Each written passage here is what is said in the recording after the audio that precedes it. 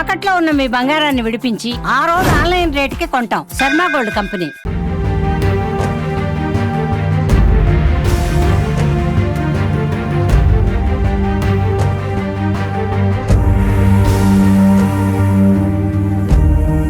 Inter second year విద్యార్థిని వైష్ణవిని దారుణంగా హత్య చేసినటువంటి గండికోట ప్రాంతానికి సుమన్ టీవీ వచ్చింది. గ్రౌండ్లో ఏం జరిగిందనే తెలుసుకునే విషయాలను మనం పరిశీలిస్తున్నాం. ప్రస్తుతం మనం విజువల్స్లో కూడా చూపించే ప్రయత్నం చేస్తున్నాం. ఏ బైక్లో అయితే లోకేష్ అనే యువకుడు వైష్ణవిని తీసుకెళ్లాడో ఆ బైక్లో ఇదే సీసీ ఫుటేజ్లో ఆ బైక్ విజువల్స్ కూడా రికార్డ్ అయ్యాయి.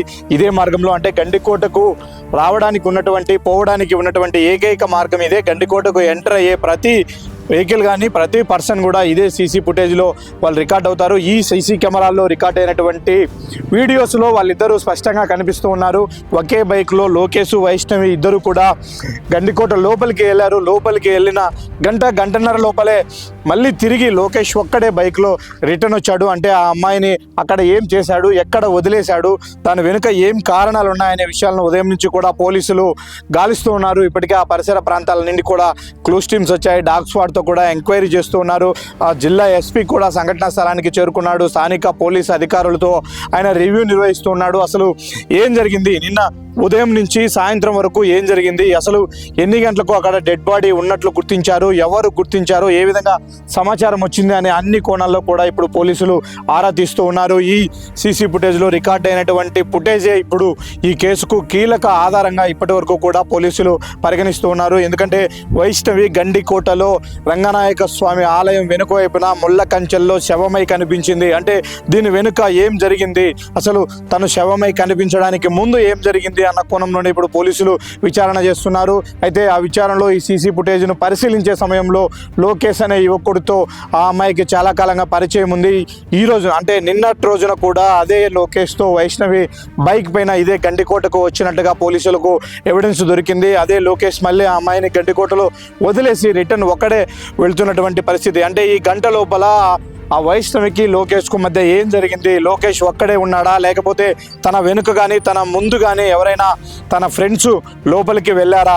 గండికోటలో అందరూ ఏవైతే టూరిస్ట్ ప్లేస్లు ఉన్నాయో వాటిని చూడడానికి ప్రయారిటీ ఇస్తూ ఉంటారు. కానీ లోకేష్ అనే యువకుడు వైష్ణవిని తీసుకొని అక్కడ ఒక పాత ఆలయం వెనుక వైపు ఉన్నటువంటి ముళ్ళ కంచెల్లోకి ఎందుకు వెళ్లాల్సి వచ్చింది, అక్కడ ఏం జరిగింది, నిజంగానే హత్య చేసి ఉంటారా, అమ్మాయి పైన అత్యాచారం జరిగిందే, అయితే హత్యలో ఎంతమంది పాల్గొని ఉంటారు, ఎవరు ఏ గ్యాంగు ఈ దారుణానికి ఒడిగట్టింది, ఇందులో లోకేష్కు ఉన్నటువంటి పాత్ర ఏంటి అనే అన్ని కోణాల్లో కూడా పోలీసులు ఇప్పుడు తరువుగా విచారణ చేస్తున్నారు. దానికి సంబంధించినటువంటి అన్ని ఆధారాలను కూడా సేకరించే పనిలో పడ్డారు. అసలు వైష్ణవి మృతదేహం దొరికినటువంటి ప్రదేశానికి మనం వెళ్ళి అక్కడ సిచ్యుయేషన్ ఏ విధంగా ఉందో చూపించే ప్రయత్నం చేద్దాం.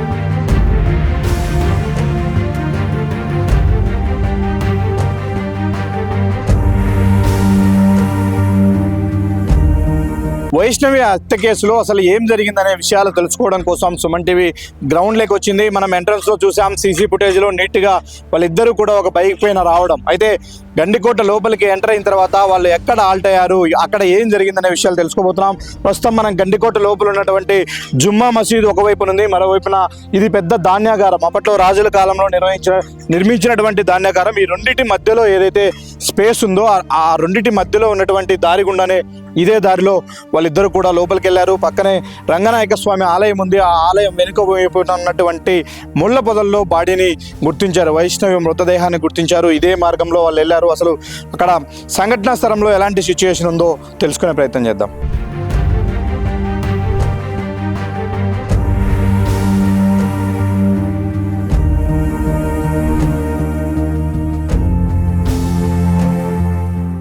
ఎగ్జాక్ట్లీ వైష్ణవి మృతదేహం ఎక్కడ దొరికిందో అదే ప్లేస్లో మనం ఉన్నాము. ఇక్కడ చూపిస్తున్నటువంటి ఇదే బండపైన లోపలికి ముళ్ళ పొదల్లో అసలు బట్టలు లేకుండా వైష్ణవి మృతదేహాన్ని గుర్తించారు పోలీసులు. అక్కడి నుంచి ఇదే మార్గం ద్వారా వాళ్ళు తీసుకొచ్చే ప్రయత్నం చేశారు. అసలు ఇంత ఏకాంతంగా ఉండడం కోసం, అంటే టూరిస్ట్ ప్లేస్లన్నీ కూడా ముందు వైపున ఉన్నాయి, అక్కడ చాలామంది పర్యాటకులు వచ్చి చూస్తూ ఉంటారు, ఎంజాయ్ చేసి వెళ్తూ ఉంటారు. కానీ ఇంత ఏకాంతంగా ఎవరు కనిపించకుండా, అంటే చుట్టూ ఎటువైపు నుంచి చూసినా కూడా టక్కున గుర్తించడానికి పాజిబిలిటీ లేని విధంగా ఇంత రహస్యమైనటువంటి ప్రాంతంలోకి వాళ్ళిద్దరూ ఎందుకు వచ్చారు? ఫస్ట్ ఆఫ్ ఆల్ వచ్చిన తర్వాత ఆ గంట సమయంలో ఏం జరిగింది అన్నది ఇప్పుడు మిస్టరీగా మారింది. దీన్నే ఛేదించే ప్రయత్నం చేస్తున్నారు పోలీసులు. అయితే సంఘటనా స్థలాన్ని కూడా మనం ఒకసారి క్షుణ్ణంగా పరిశీలిద్దాం. వీడియోలో మీకు ఎక్స్ప్లెయిన్ చేసే ప్రయత్నం చేస్తున్నాను. ఇక్కడ ఎక్కడ కూడా కనీసం ఒక బ్లడ్ డ్రాప్ కూడా లేదు. అలాంటి అంటే వాటర్ బాటిల్స్ వాడినట్టు ఫ్రెష్ వాటర్ బాటిల్స్ కానీ ఎలాంటి వస్తువులు కూడా లేవు. అంటే బహుశా క్లూస్ టీమ్ వచ్చి వీటిని సేకరించి ఉండొచ్చు. ప్లేస్ అయితే కాస్త నీట్గా ఉంది. ఇక్కడంతా ఏదో గడ్డంతా తీసేసి క్లీన్ చేసినట్టుగా ఉంది. ఇదే బండపైన ఆమె మృతదేహాన్ని పోలీసులు స్వాధీనం చేసుకున్నారని ఇక్కడ ఉన్నటువంటి స్థానికులు మనకు ప్రత్యక్షంగా చెప్తూ ఉన్నారు. సరే, దీంట్లో అమ్మాయి మరణించడం వెనుక, అమ్మాయి చనిపోవడం వెనుక అనేక అనుమానాలు వ్యక్తమవుతున్నాయి. ఎందుకంటే పైన ఎక్కువగా ఇది రంగనాయక స్వామి టెంపుల్ పైకి ఎక్కడానికి కూడా అవకాశం ఉంటుంది, స్టెప్స్ ఉంటాయి. చాలామంది అక్కడికి వెళ్ళి ఆ నది యొక్క ఓవర్ వ్యూ చూడడం కోసం పైకి వెళ్తూ ఉంటారు. ఒకవేళ పైకి వెళ్ళిన ప్రయత్నంలో అక్కడి నుంచి ఏమన్నా కింద పడిందా అనడానికి ఎలాంటి ఆనవాళ్ళు లేవు. ఎందుకంటే పైన ఉన్నటువంటి ముళ్ళ కంప చెట్లన్నీ కూడా యథావిధిగానే ఉన్నాయి. అంత పెద్ద బాడీ పడితే అవన్నీ కూడా కొంత జాడలాగా ఏర్పడే అవకాశం ఉంటుంది. కాదు, ఎగ్జాక్ట్లీ వాళ్ళు ఇక్కడికే వచ్చారు. మనం ఏదైతే మార్గం చూపించామో అదే మార్గం ద్వారా నడుచుకుంటూ వచ్చారు. ఇద్దరు సమ్మతించే ఇక్కడికి వచ్చారు. ఇక్కడికి వచ్చిన తర్వాత వాళ్ళు ఒక గంట సేపు మాట్లాడుకున్న తర్వాత ఇక్కడ నుంచి కేవలం లోకేష్ మాత్రమే తిరిగి వెళ్ళినట్టుగా అక్కడ గండికోట ఎంట్రన్స్లో ఉన్నటువంటి సీసీ ఫుటేజ్లో అతని బైక్ అతను రికార్డ్ అయ్యాడు. ఆ అమ్మాయి మాత్రం ఇక్కడే ఉండిపోయింది.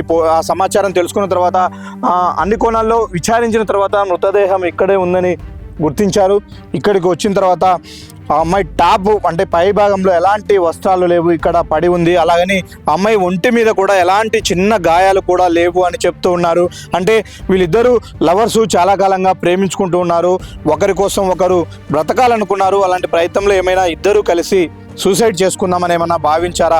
సూసైడ్ చేసుకునే ప్రయత్నంలో ఆ అమ్మాయి సూసైడ్ చేసుకుంది. తెలివిగా లోకేష్ సూసైడ్ చేసుకోకుండా డ్రామా ఆడి తప్పించుకున్నాడా అన్న కోణంలో కూడా అనుమానాలు వ్యక్తమవుతున్నాయి. పోలీసులు ఆ కోణంలో కూడా విచారిస్తున్నారు. అయితే ఈ మిస్టరీ మొత్తం వీడాలంటే స్వయంగా ఆ అమ్మాయిని తీసుకొచ్చినటువంటి లోకేష్ విచారణలో నోరు విప్పాలి, నిజానిజాలు చెప్పాలి. ఎందుకంటే ఇంత దూరము బలవంతంగా ఆ అమ్మాయిని లాక్కొచ్చే పరిస్థితి లేదు. అలాగని ఎక్కడైనా ఈ సంఘటన జరిగిందా, ముందే ఆ అమ్మాయి చనిపోయిన తర్వాత బాడీని దాచిపెట్టడం కోసం ఇక్కడికి తీసుకొచ్చాడా అంటే దట్ ఈజ్ వెరీ ఇంపాసిబుల్. ఎందుకంటే ఇక్కడ ఒక వెయిట్ ఉన్నటువంటి బాడీని తీసుకురావడానికి అవకాశం లేదు. దారిని నేను చూపించే ప్రయత్నం చేస్తున్నాను. ఒక వ్యక్తి క్యాజువల్గా ఈ దారిలో రావడానికి కూడా చాలా కష్టపడాల్సి ఉంటుంది. పెద్ద పెద్ద బండరాళ్ళు హైట్ ఎక్కాల్సిన పరిస్థితి ఉంది. కాబట్టి ఈ దారిలో తీసుకొచ్చే పరిస్థితి లేదు. ఏం జరిగినా కూడా అదే బండ పైన ఆ గంట సేపట్లోనే జరిగి ఉంది. అది ఏం జరిగింది అన్నదే ఇప్పుడు పూర్తిగా కంప్లీట్ మిస్టరీగానే మిగిలిపోయింది. పోలీసులు చెప్తున్నారు. ఎస్పీ కూడా సంఘటనా స్థలాన్ని పరిశీలించారు. ఇప్పటివరకు మా అదుపులో ఎవరూ లేరు. సీసీ ఫుటేజ్లో గుర్తించినటువంటి లోకేష్ జాడ కోసం మేము వెతుకుతూ ఉన్నాము. అన్ని కోణాల్లో విచారణ జరిగిన తర్వాత సమగ్ర వివరాలన్నీ కూడా మీడియాకు వెల్లడిస్తామని చెప్తున్నారు. అయితే ఆలోపే అనేక అనుమానాలు, పుకార్లు వెలువడుతూ ఉన్నాయి. అయితే వాళ్ళ అమ్మాయి తల్లిదండ్రుల వర్షన్ మాత్రం ఒకటే ఉంది. మా అమ్మాయికి మాయ మాటలు చెప్పాడు, ప్రేమ పేరుతో లొంగ తీసుకున్నాడు. ఆ అమ్మాయి కాలేజీకి వెళ్ళిన అమ్మాయిని ట్రాప్ చేసి తన బైక్లో గండికోటకు తీసుకెళ్లాడు. తనే కాదు, తన ఫ్రెండ్స్తో కూడా కలిసి గ్యాంగ్ రేప్ జరిగింది. మా అమ్మాయి మీద గ్యాంగ్ రేప్ చేసి హత్య చేశారు. కాబట్టి ఖచ్చితంగా మా అమ్మాయి అంత్యక్రియలు ముగిసే లోపలే ఈ దారుణానికి పాల్పడినటువంటి వారందరినీ కూడా చంపాలి, ఎన్కౌంటర్ చేయాలి అంటూ ఒకవైపున అమ్మాయి తల్లిదండ్రులు డిమాండ్ చేస్తున్న పరిస్థితుల్లో పోలీసులు అయితే విచారణను ఏకవంతం చేశారు.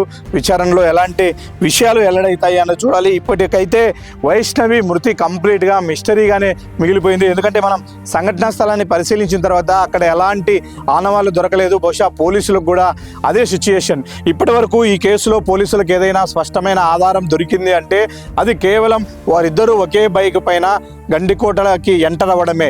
కోటలోకి ఎంటర్ అవ్వడం బైక్ పైన, మళ్ళీ ఒకే వ్యక్తి అంటే లోకేష్ మాత్రమే కోట నుంచి వెనక్కి వెళ్ళిపోవడం. ఈ రెండు ఎవిడెన్సెస్ మాత్రమే ఉన్నాయి.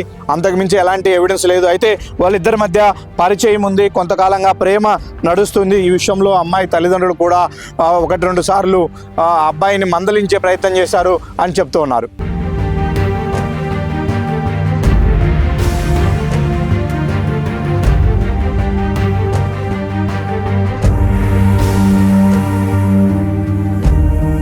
ఇది గండికోట మెయిన్ స్పాట్. ఇది మన వెనుక వైపు కనిపిస్తున్నటువంటి జుమ్మా మసీద్.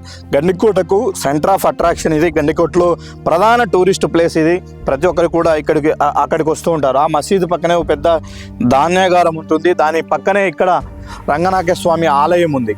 చూస్తాం మనం ఆ రంగనాయక స్వామి ఆలయం వెనుక వైపునంతా కూడా నిర్మానుష్యంగా ఉంటుంది. పూర్తిగా ముళ్ళ కంపలతో ఉంటుంది. మనం ఇక్కడ సరౌండింగ్స్ కూడా మీకు చూపించే ప్రయత్నం చేస్తున్నాము. టూరిస్టులు ఎవరు కూడా 99% ఎవ్వరు కూడా గండికోట చూడడానికి వచ్చిన వాళ్ళు ఎవరు ఇక్కడికి రారు. ఎందుకంటే ఈ వ్యూ చూడాలంటే మాత్రం పైనుంచి చూస్తే ఇదంతా కూడా కనిపిస్తుంది. కానీ కింది నుంచి ఆ పక్కనే ఉన్నటువంటి చిన్న దారి గుండా రాళ్ళంటూ దాటుకుంటూ ముళ్ళ పొదలు దాటుకుంటూ వాళ్ళు ఇంత లోపలికి ఎందుకు రావాల్సి వచ్చింది? ఇక్కడ ఉన్నటువంటి స్థానికులతో కూడా మనం మాట్లాడే ప్రయత్నం చేశాం. వాళ్ళు కూడా చెప్తూ ఉన్నారు లవర్స్ స్పాట్ ఒకటి ఉంటుంది ఇక్కడ. అయితే ఆ లవర్స్ కూడా ఎవరు ఇక్కడికి రారు. రెగ్యులర్గా వచ్చే లవర్స్ అందరూ కూడా రంగనాయక స్వామి గుడి అటువైపు ఉన్నటువంటి వ్యూ దగ్గరికి వెళ్తారు. అక్కడే ఎక్కువ మంది లవర్స్ కూర్చొని పిచ్చాపాటిగా మాట్లాడుకుంటూ ఉంటారని చెప్తున్నారు. అంటే అలాంటి చోటు కూడా కాకుండా రెగ్యులర్గా టూరిస్టులు వచ్చే ప్లేస్లో కాకుండా ఇక్కడికి వచ్చారంటే వాళ్ళు ఏకాంతం కోరుకున్నారు. అక్కడ వాళ్ళని ఎవ్వరూ చూడకూడదన్న ఒక నిర్మానుష్యమైనటువంటి ప్రదేశంలోకి రావాలనుకున్నారు. వచ్చిన తర్వాత ఏం జరిగింది అన్నది ఇప్పుడు మిస్టరీగా మారింది.